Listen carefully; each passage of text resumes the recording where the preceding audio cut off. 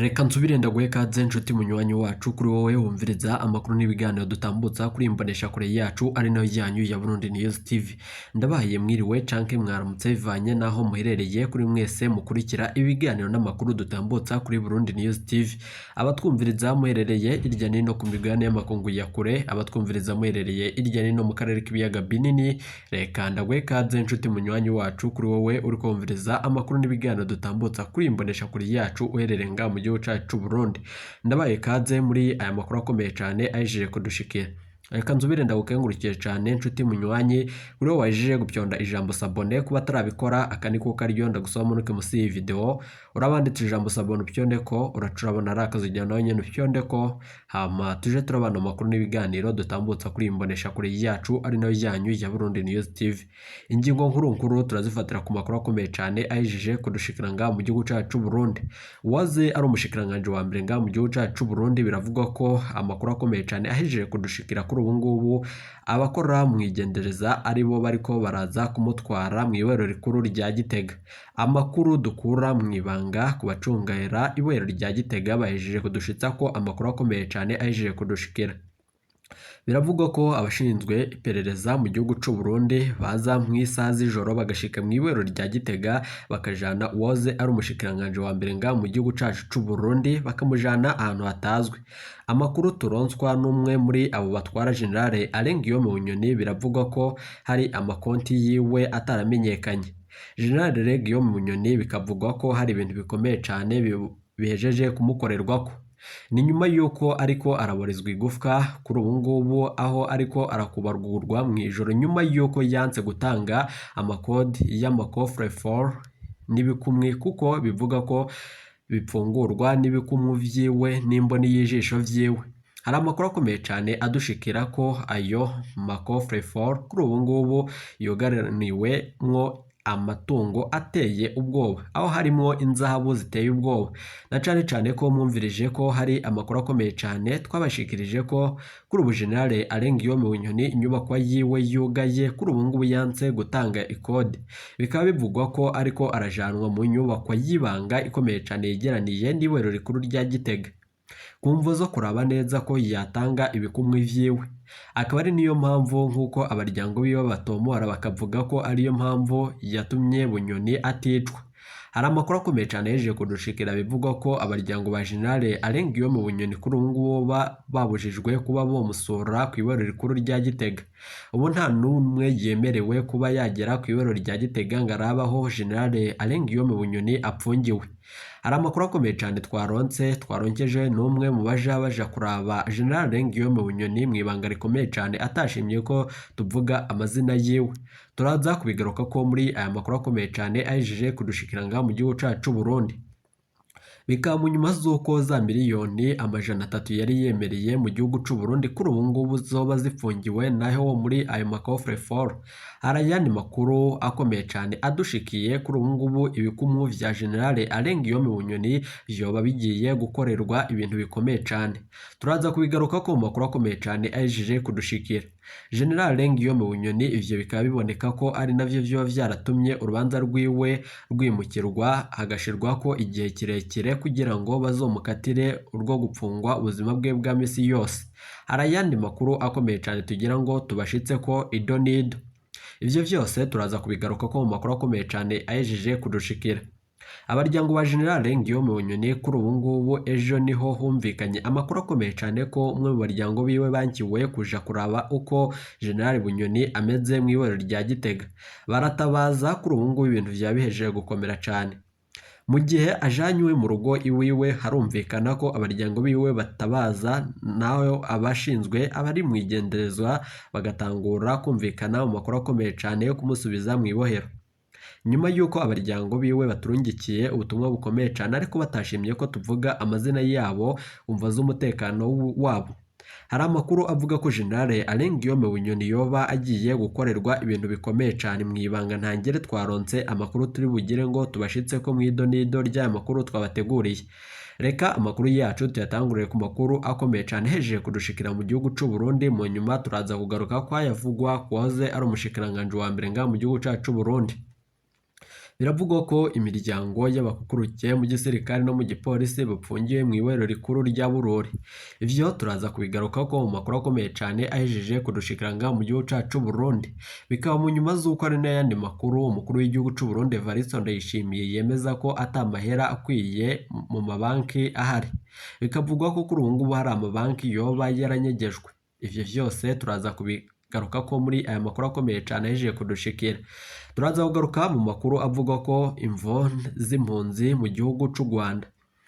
Imvo n'imvano ku mpunzi z'abarundi ziba mu ikambi ya Mahama mu Rwanda. Ivyo navyo turaza kuvyumviriza.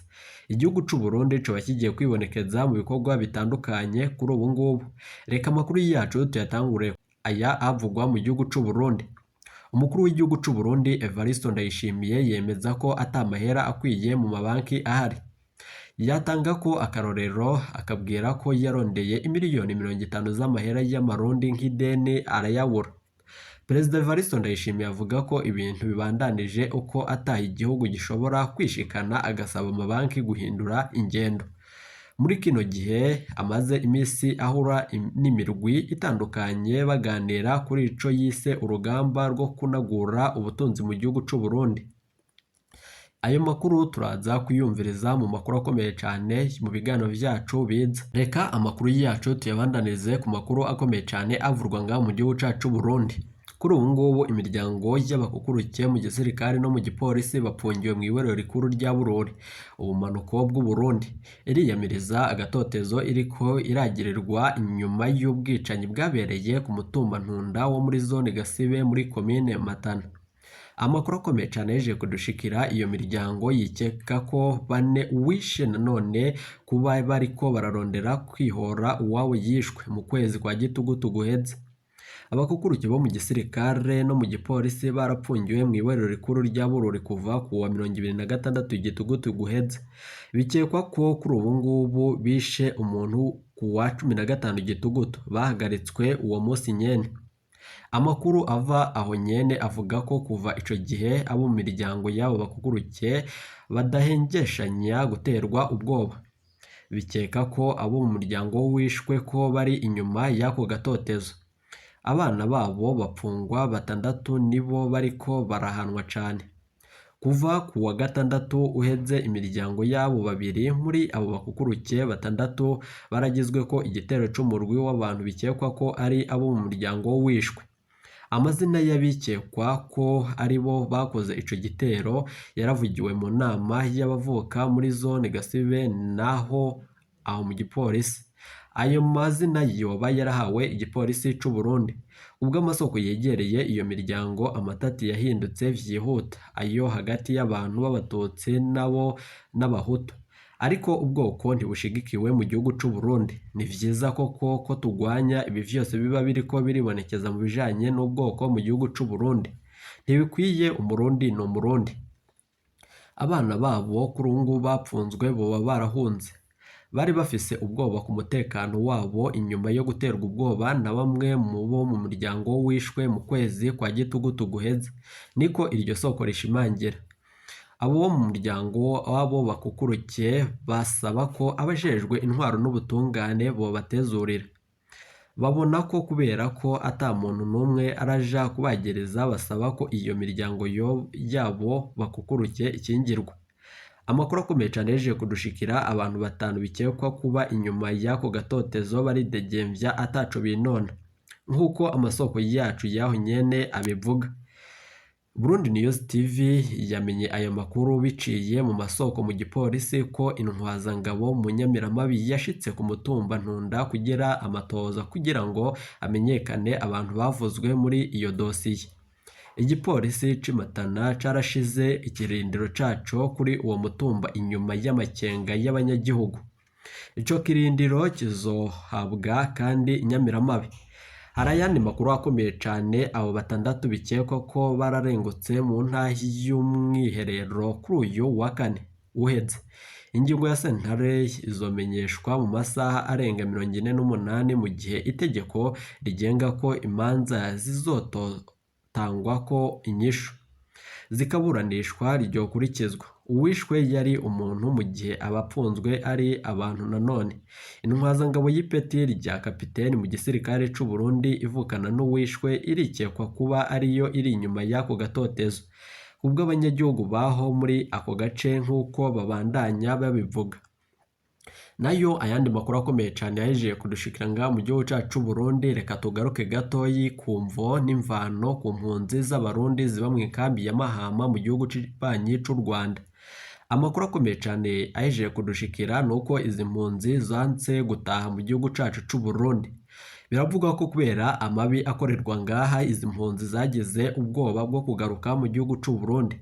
Hagiye gushira hafi umwaka intumwa za leta y'u Burundi zisuye impunzi z'ico gihugu ziri mu Rwanda mu rwego rwo gushikiriza gusubira iwabo ngo kuko ituze n'amahoro vyagarutse, ariko izitaha niki. Ari amakuru akomeye cyane yaje kudushikira. Impunzi zigera hafi 40,000 nizo zicumbitse mu ikambi ya Mahama zahunze injyane za politiki zo muri 2015 muri ico gihugu nyene. Ni ngaho ubwo mu gihugu cacu c'u Burundi zerekeje mu gihugu c'u Rwanda. Gusa kuva intumwa za leta zaza kubashikiriza gutaha mu kwezi kwa 12 umwaka ushize, mwarumvirije amakuru akomeye cyane abasaga 300 nibo bamaze gusubira nga mu gihugu c'u Burundi. Amakuru akomeye cyane nk'uko imibare itangwa na HCR mu Rwanda ibigaragaza. Ivyo vyose turabigaruka ko mu makuru akomeye cyane yacu aza. Ni nyuma yuko tubabwiye amakuru akomeye cyane mu funyo avurwa kuwahoze ari umushikiranganje wa mbere nga mu gihugu cacu Burundi. Ibintu vyo bihejeje gukomera cyane nyuma y'ibiriko biribonekeza mu gihugu c'u Burundi. Biravugwa ko mwijoro abari mwigendereza bariko barakora ingendo z'urutavana ko mw'iboro rya Gitega bagatwara uwahoze ari umushikiranganje wa mbere nga mu gihugu cacu Burundi Generale Bunyoni ahantu hadatahuritse. Biravugwa ko kuri ubu wahoze ari umushikiranganje wa mbere Generale Bunyoni ariko arajana ku nyubakwa ziwe nyuma yuko ari kubanza gushikanwa ku nyubakwa y'ibanga yegereye iborero rikuru rya Gitega, ariko araborezwa igufwa nk'uko abaryango biwe batashimye ko tuvuga amazina yabo babisigura. Hari ibiziga vyabonetse vy'abaryango ba Generale Bunyoni, ariko kuri ubu ngubu igipolisi kikaba kitaramenya imvo zavyo. Ivyo vyose rero turaza kubigaruka ko mu makuru akomeye cyane abayejeje kudushikira nga mu gihugu cacu c'u Burundi. Bikaba mu nyuma z'uko dosiye ya Bunyoni kuri ubu ngubu ihejeje gufata ingingo ikomeye cyane. Generale Bunyoni abaduhaye amakuru kuri iri joro bavuze ko abo mwigendereza aribo bamujanye ahantu hatatahuritse. Hari amakuru akomeye cyane bivugwa ko Generale Bunyoni yoba yanse gutanga kode ya coffre-fort kuri ubu ngubu ipfungurwa n'ibikumwu n'imbonyi y'ijisho ryiwe. Bikaba bivugwa ko ari nayo mvo Generale Bunyoni yoba yaratumye atagandagurwa. Nyuma yuko vyavuzwe ko yoba yatorotse iborero rya Gitega, wa musi nyene yarakwiye kuba yagandagurwa, ariko ivyo bikumwe vyiwe n'imbonyi y'ijisho ryiwe kuri ubu ngubu bifungura ahari inzabu z'agaciro, vyoba ari vyo biriko biratuma adakurwa kuri ubuzima. Hari amakuru akomeye cyane turibuze kugaruka ko kubijanye na Generale Bunyoni n'ibindi biriko biribonekeza nga mu gihugu cacu Burundi. Ubutungane burakwiye gushira ingingo ikomeye cyane kuri ibi biriko biribonekeza.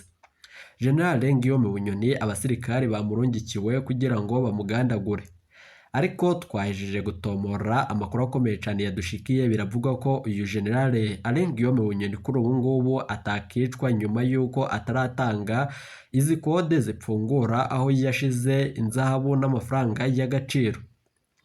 Vyarumvikanye ko mu butungane hari aho bamusavye za miliyoni 300, ariko aca aravuga ko afise aho yazibitse. Biravugwa ko izoba zipfungiwe muri iyo nyubakwa yiwe kuri ubu ngubu ipfungishwa n'ibikumwe vyiwe. Hari amakuru akomeye cyane turibuze kubashitsa ko abamenyesha amakuru bacu bariko baratugirira amatoza ku vyerekeranye n'ivyo biriko biravugwa mu gihugu cacu c'u Burundi. Generale Bunyoni yoba agiye gukorerwa ibintu bikomeye cyane nyuma yuko abaryango biwe bavuga ko ariko araborezwa igufwa. Umutambukanyi wiwe ku igenekerezo ry'ejo niho yashitse ku iborero rikuru rya Gitega, ababa ku bicungararo y'iryo bohero bakamwankira kwinjira kuja kuraba Generale Bunyoni. Amakuru aravuga ko Generale Bunyoni ico gihe atari mu ibohero rikuru rya Gitega, ahubwo yari yajanywe n'abamwigendereza. bigakekwa ko ari iyo mvo yoba yaratumye umwigeme wiwe kuri ubu ngubu nawe atarekurirwa kuza mu gihugu c'u Burundi. Biravugwa ko hari miliyoni 20 z'amadolari zakuwe ku ikonti kandi mwarumvirije ko ikonti za Bunyoni zugawe. Ivyo vyose tuzobigaruka ko mu makuru akomeye cane yeje kudushikira nga mu gihugu cacu c'u Burundi, bikaba mu nyuma z'uko ibihanganye navyo vyoba biriko biribonekeza muri uyu mugambi. Ya nyubakwa y'inzahabu kuri ubu ngubu yubakishijwe amayera yasumwe igihugu c'u Burundi yoba igiye gutahurwa. Nyuma y'uko General Bunyoni yanse gufata iyo ngingo ikomeye cane yo kwerekana ivyo vyose. Biravugwa ko banka kumujana ku nyubakwa yiwe ku mvo z'uko baba bikekwa ko boba kakarugwi kari kashizweko na General Bunyoni ko gutembagaza ubutegetsi koba koca kabategabako igitero. General Bunyoni agatorokeshwa. Ivyo vyose bakabiraba ko bigatuma batamushikana ku nyubakwa yiwe, ahubwo bakamushitsa ku nyubakwa yegereye ibiro rya Gitega mw'ibanga rikomeye cane, aho ariko araborezwa igufwa. Ayo makuru nandi twabateguriye turaza kuyagaruka ko mu yandi makuru akomeye cane abajije kudushikira nga mu gihugu cacu c'u Burundi. Iteka umunezero, reka nsubire ndagukengurukiye cane inshuti munywanyi kuri wowe wahejeje gupyonda ijambo sabone. Kuba atarabikora aka ni kukaryo ndagusaba no kimusi iyi video urabanditse ijambo sabone upyondeko, uraca urabona ari akazugira nawe nyene upyondeko, hama tuje turabana mu makuru n'ibiganiro dutambutsa kuri imbonesha kure yacu ari nayo yanyu ya Burundi News TV. Ndabakengurukire cane inshuti banywanyi mumviriza aya makuru akomeye cane. Iyi ni Burundi News TV.